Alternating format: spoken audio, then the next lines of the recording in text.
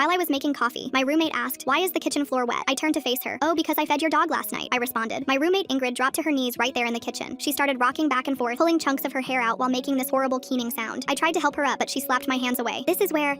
She couldn't finish the sentence before another wave of sobs hit her. With trembling hands, she pulled out her phone. "Mom, it happened. 2:47 a.m., just like you said it would." She was barely making sense between the hyperventilating. Before I could ask what she meant, our landlord Dimitri burst through the door without even knocking. His face was purple with rage. "You sick bastard, that's $900 for cleanup or I'm calling the cops." He pointed at me like I was some kind of criminal. "Cleanup for what? It's just water." But he'd already stormed out, slamming the door so hard a picture fell off the wall. Ingrid was still on the floor, now in the fetal position. She kept mumbling, "I should have protected him," over and over while digging her nails into her arms hard enough to draw blood. "3 weeks, she whispered. "You've been here 3 weeks and you already." 20 minutes later, her mom showed up. The woman took one look at me and slapped me across the face so hard I tasted copper. "Monster, how could you?" "How could I what?" I held my stinging cheek, completely lost. "I just fed the dog. Ingrid told me she explained everything to you last week." Her mom's voice cracked. "During your roommate orientation." "What orientation? I never had any." More people kept showing up and every single one acted like I'd committed murder. 3 neighbors were whispering in the hallway, and when I walked past, Mr. Okafor from 4B actually spit at my feet. "Murderer," he hissed. "But you just moved in," the woman from 4C said, confused. "How could you know too?" The pizza I'd ordered for lunch arrived, but when the delivery guy saw me, he pulled the box back. "I heard what you did. Get someone else." He left with my pizza. Ingrid's sister Beatrix showed up next and threw her entire venti coffee in my face. The cold liquid burned my eyes as she screamed, "I hate you." I was wiping coffee out of my eyes when I noticed the property manager taping something to our door. "Due to recent events, your lease is under review for violations of pet policy." "Wait," I called out. "I signed my lease on the 1st. Today's the 22nd. How could I?" "Don't play dumb," he snapped, but I saw doubt flicker in his eyes. Through all of this, Ingrid stayed on the floor. She'd gone from violent sobbing to this scary catatonic stare, occasionally whispering, "I can still hear him crying," while scratching bloody grooves in her arms. Her phone hadn't stopped buzzing. I could see the messages lighting up the screen. "Is it true? I can't believe they did it. You deserved better. How is someone that evil?" A small crowd of 4 or 5 people were actually gathering outside our building. Through the window, I could see people holding signs but couldn't make out what they said. Someone had their phone out recording. Finally, Ingrid looked up at me with eyes so full of hatred I stepped back. "He was diabetic," she screamed. "I told you 50 times feeding him at night would kill him." His blood sugar crashed at 2:47 a.m. I watched him convulse for an hour before his heart stopped. "You stood there and watched me set timers every day. You knew." My stomach dropped. The pieces clicked into place with horrible clarity. "I didn't know feeding times mattered that much." He was whimpering and she laughed, but it sounded more like choking. "You deleted my reminder notes from the fridge. You threw away his medication schedule I taped to his food bin. You've been planning this for months because you were jealous of him." Her mom stepped forward. "The vet said it was the most painful way for a diabetic dog to die. You tortured him." "She showed you his medicine," her mom insisted. "The insulin, the special food. I've never seen any medicine. There's nothing on the fridge, nothing on the food bin." My voice was getting desperate. "That's criminal animal cruelty," Dimitri the landlord said, reappearing in the doorway. "My lawyer's already drafting the lawsuit." "Your kind always does this," Ingrid's sister spat. "Takes what isn't yours, destroys what you can't have." The crowd outside was getting louder. Someone was chanting. The police would probably show up soon. Ingrid stood up slowly, her legs shaking. "Everyone in the building knows what you did. Everyone at my work. Everyone at the dog park. You'll never be able to show your face in this neighborhood again." As I stood there with coffee dripping down my face, surrounded by people who wanted me destroyed, I remembered something. Something that would change everything once they saw it. Full story on channel, link below.